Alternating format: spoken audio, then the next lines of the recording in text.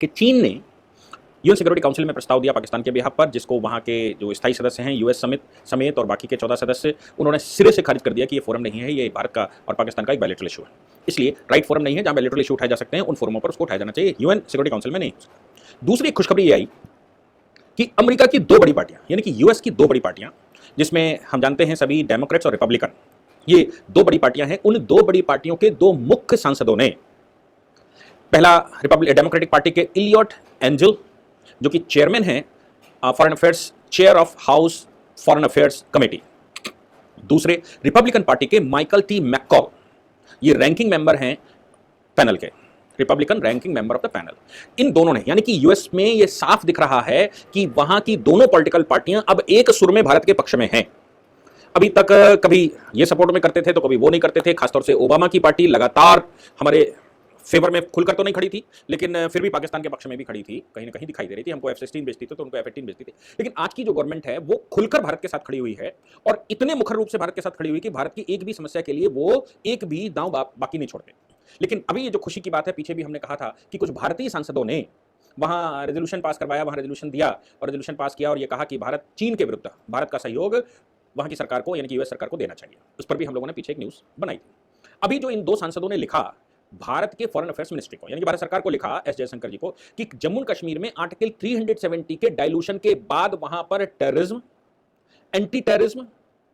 और यहां पर बहुत सारी समस्याएं हैं, इन पर भारत सरकार को ध्यान देना चाहिए। इसको उन्होंने कहा serious security and counter terrorism concerns, जो एक्नॉलेज किया है उसको कहा serious security and counter terrorism concerns, यानी कि जम्मू कश्मीर में बहुत सिक्योरिटी की बहुत ज़्यादा ज़रूरत है और काउंटर टेररिज्म को वहाँ कंट्रोल करने की ज़रूरत है। मुझे लगता है ऐसा इनको क्यों लगा होगा या इन्होंने क्यों ऐसा एहसास किया, उसका कारण रहा होगा कि अब पाकिस्तान जिस प्रकार से अपनी स्थिति में जो कर रहा था वो कर ही रहा था, चीन खुलकर हमारे खिलाफ नहीं कर रहा था। चीन सिक्योरिटी काउंसिल में उनका सहयोग कर रहा था, चीन कुछ फोरमों पर उनका सहयोग कर रहा था, इनडायरेक्ट वे में उनको पेमेंट कर रहा था, उनके फाइनेंस कर रहा था, ये सब कुछ वो कर रहे थे। हो सकता है दिमाग भी लगा रहे हो, और ये भी संभव है कि जो वहां का परमाणु बम पहले बना था, अभी तो वो बहुत सारी न्यूज़ें आई हैं कि वो बेकार हो गया उनका, क्योंकि टेक्नोलॉजी उनके पास नहीं रही है। जिन कंट्रियों ने टेक्नोलॉजी दी थी उनमें से कुछ ने विड्रॉ कर ली, लेकिन चीन ने बड़ा भारी सहयोग उसमें किया गया होगा चीन के द्वारा, और चीन भारत को चूंकि डिस्टर्ब करना चाहता है, भारत की भूमि पर उसका सदैव से एक मन रहा है और सदैव से एक इंटेंशन रहा है कि भारत की भूमि को कैसे वो ले, या भारत की भूमि पर कैसे वो अपने पकड़ जाल फैलाए। तो अब लेकिन जब से ये गलवान का इशू आया है, पेंगोंग का इशू आया है, और भारत सरकार ने जिस प्रकार से मुखर होकर चीन के विरुद्ध एक मोर्चा खोला है, और उस मोर्चे में पूरा विश्व समुदाय हमारे साथ खड़ा हुआ, चाहे वो साउथ चाइना सी का विषय हो, चाहे वो जापान का विषय हो, साउथ कोरिया का विषय हो, छोटे छोटे और कंट्री हैं उनका विषय हो, या रूस का विषय हो, ये सभी चीन से परेशान है। इसलिए कोई मुखर करके और कोई अपने आप को तटस्थ करके भारत का सपोर्ट कर रहा था, जिसमें यूएस पूर्ण रूप से भारत का सपोर्ट कर रहा है। इसलिए यूएस ने अपने सबसे बड़े युद्धपोत साउथ चाइना सी में भेजे, और हर बात में चीन जब भी हमारी तरफ कोई आंख उठाकर देखता है तो शायद भारत सरकार उसका जवाब दे, उससे पहले अमेरिका उसका जवाब दे चुका होता है। ऐसी सिनेरियो में वहां की दोनों मुख्य विपक्षी पार्टियां भारत के साथ खड़ी हों, और उनका जो इशू है वो ये है, उनकी जो इंटेलिजेंस कहती है वो ये कहती है कि चीन अब पाकिस्तान के माध्यम से भारत में टेररिज्म बढ़ाएगा, क्योंकि डायरेक्ट तो वो बहुत बुरा फंसा हुआ है, और इस फसंतड़ू में वो उसका निकलना अभी दूर दूर तक संभव नहीं लगता, और अगर वो निकल भी जाता है तो भी भारत के लिए विन विन सिचुएशन है। मैं इस बात पर कई बार कह चुका हूं कि भारत के लिए विन विन सिचुएशन है। हमारा 30% जो घाटा है, ट्रेड डिफिसिट है, वो एटलीस्ट हम खत्म कर देंगे, और दूसरा भारत की लोकल इंडस्ट्री को हम उभार कर खड़ा कर देंगे अगर चीन का ऐसा रवैया रहा तो। और हमको कर भी देना चाहिए, क्योंकि ऐसा रवैया हम करना भी चाहते थे, वो WTO वर्ल्ड ऑर्गेनाइजेशन इनका सबका प्रेशर था, लेकिन अभी सॉवरेनिटी पर खतरा होना, वो कोई प्रेशर नहीं है। हम भारत में अपनी लोकल इंडस्ट्री साल 2 साल में खड़ी कर लेंगे, जिस समय वो प्रोडक्शन बढ़ जाएगा और कॉस्ट कम आ जाएगी, फिर चीन की कंपनियों को खोला जा सकता है, आप हमारी मार्केट में लड़िए जैसे लड़ सकते हैं। वो तब की बात है जब इशू सॉल्व हो जाएगा। लेकिन अभी चीन भारत को डिस्टर्ब करे बगैर रह नहीं सकता, इसलिए भारत को डिस्टर्ब करने के लिए वो क्या क्या कर रहा है, भारत को डिस्टर्ब करने के लिए वो अगल बगल के देशों को, जैसे उसने नेपाल को सही से पिट्ठू बनाया, और इतना अच्छा पिट्ठू बनाया कि उनकी जमीन भी ले ली, और भारत के खिलाफ ओली को बार बार स्टेटमेंट देने के लिए उकसाना, वहां नक्शे बदल लेना, नए नक्शे पास करवाने, ये सेम टैक्टिक्स उसने पाकिस्तान में, पाकिस्तान ने नया नक्शा अपना बना लिया। पाकिस्तान तो पहले से ही कुछ ना कुछ कर, लेकिन आइडिया पाकिस्तान के दिमाग में नहीं आया होगा कि नया नक्शा पास कर ले, तो वो नया नक्शा पास कर बैठे अपना। और पाकिस्तान टेररिज्म की फैक्ट्री पूरे वर्ल्ड वाइड है, पूरे वर्ल्ड की फैक्ट्री पाकिस्तान में चलती है, इसलिए पाकिस्तान की इन फैक्ट्रियों को अब सपोर्ट करने के लिए चीन पीछे से खड़ा होगा। यानी कि जो काम कभी यूरोप और यूएस करते रहे पाकिस्तान के लिए कि आप अपनी टेररिस्ट इंडस्ट्रियां बढ़ाइए, वैसा काम अब चीन ने अपने बेड़े में लिया है, और चीन उसकी टेररिस्ट फैक्ट्रियों को बढ़ाने के लिए financial support, full financial support Pakistan को देगा। हालांकि ये पाकिस्तान के लिए सर्वाइवल के लिए विन विन की लड़ाई है। अगर चीन से भारत का ये इशू ना आया होता तो पाकिस्तान एकदम अलग थलग पड़ चुका था, और इस प्रकार से अलग थलग पड़ चुका था कि पाकिस्तान के पास 10-10, 15-15 दिन का पेट्रोल निकालने के लिए, भोजन करने के लिए पैसा नहीं था। किंतु आज की तारीख में चूंकि चीन के साथ हो गया, इसलिए चीन की नई आवश्यकता आ गई। और चीन की आवश्यकता यह आ गई कि चीन उस आवश्यकता को कैसे पूर्ण करे, सीधा सीधा युद्ध करके नहीं कर सकता। उनके जो कम्युनिस्ट यहां पर मॉडल तैयार थे, उनके जो लोग यहां पर तैयार थे, जिनको वो फंडिंग राजीव गांधी फाउंडेशन और दुनिया फाउंडेशन को कर रहे थे, वो सब एक्सपोज हो चुका है भारत के अंदर। और भारत के अंदर उनका इस प्रकार का एक्सपोजर हो चुका है कि अब भारत का एक एक बच्चा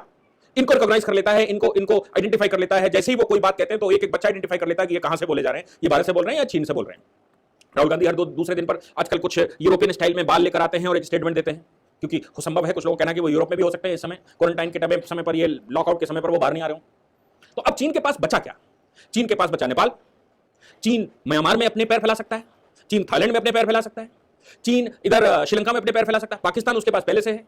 अफगानिस्तान में वो प्रयास कर सकता है, इधर इंडोनेशिया मलेशिया में कुछ प्रयास कर सकता है,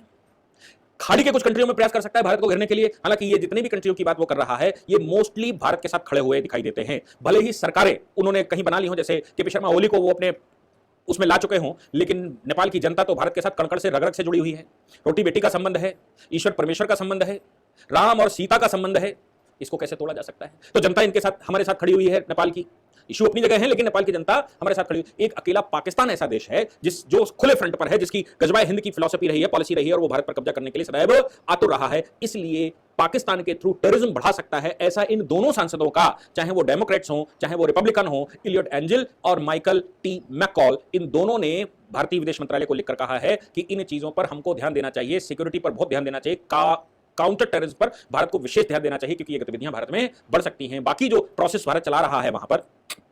जो भारत के कमिटमेंट हैं डेमोक्रेटिक वैल्यूज के, वो कमिटमेंट भारत लगातार पूर्ण कर रहा है, ऐसा उनका विषय सामने आया। और भारत को और उसमें एक्टिविटी करनी चाहिए। नो डाउट कि ये 370 को डाइल्यूट करने से पहले हमने वहां पर ये किलेबंदी की थी, क्योंकि हमको मालूम था कि वहां के पॉलिटिशियन या पॉलिटिकल लीडर्स कुछ गड़बड़ करेंगे, और उन्होंने वो करने की कोशिश करते भी, लेकिन चूंकि वो नजरबंद हो गए थे, इसलिए वो जब छूट कर आए हैं तो अब उन्होंने बोलना शुरू किया है। चाहे वो फारूक अब्दुल्ला हो, चाहे वो उमर अब्दुल्ला हो, आजकल उनके रोज ट्वीट और रोज इंटरव्यू भारत के ऐसे अखबार जो एंटी एस्टैब्लिशमेंट हैं, वो लगातार उनको लाइमलाइट में लेकर आ रहे हैं। तो जम्मू कश्मीर में जो उनके सपोर्टर कुछ रहे होंगे, वो जरूर इनसे कुछ बल पा रहे होंगे। और चूंकि पाकिस्तान पीछे से पूरी मदद कर रहा है और चीन अब पाकिस्तान को फंडिंग करेगा, इसलिए जम्मू कश्मीर में इस तरह की समस्याओं का आना स्वाभाविक है। उन्होंने हमको इस पर सपोर्ट करने की बात कही है, उन्होंने हमारे साथ खड़े होने की बात कही है, और इन इश्यूज को जल्द से जल्द सॉल्व करने की बात कही है। ये हमारे लिए एक अच्छा संकेत है कि यूएस की दोनों पार्टियां,